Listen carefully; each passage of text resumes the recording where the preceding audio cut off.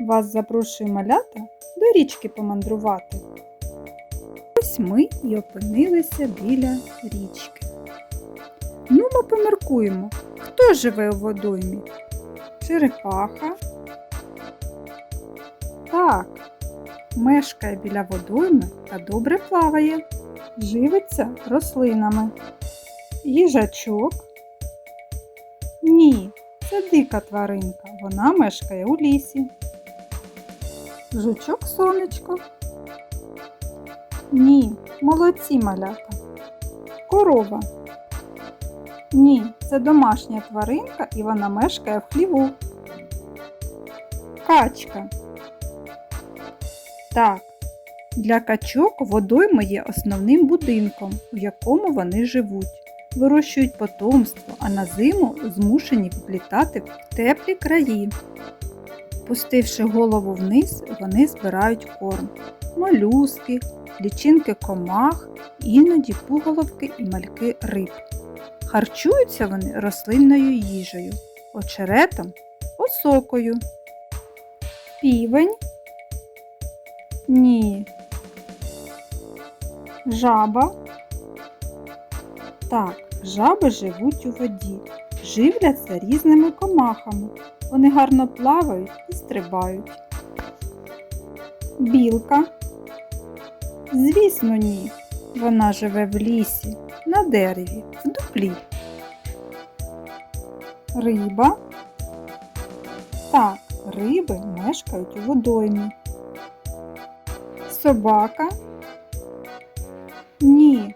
Молодці, малята, ви все вірно відповіли. Дітки, відгадайте загадку. Живе вона у воді, не ходить по землі, плаває під містком і виляє хвостиком. Хто це?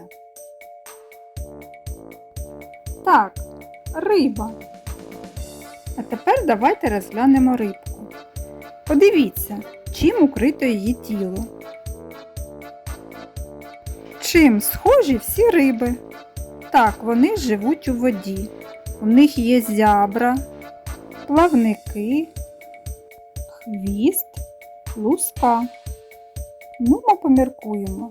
Як ви гадаєте, що допомагає рибам рухатись? Що в неї на хвості?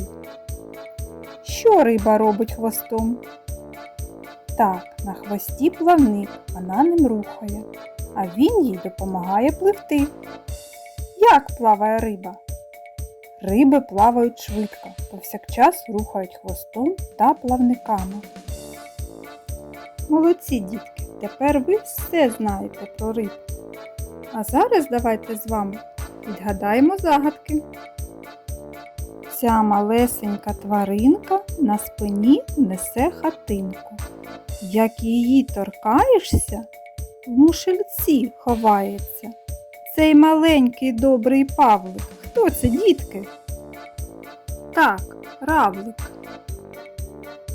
У ставку живе на дні, має диво клешні дві.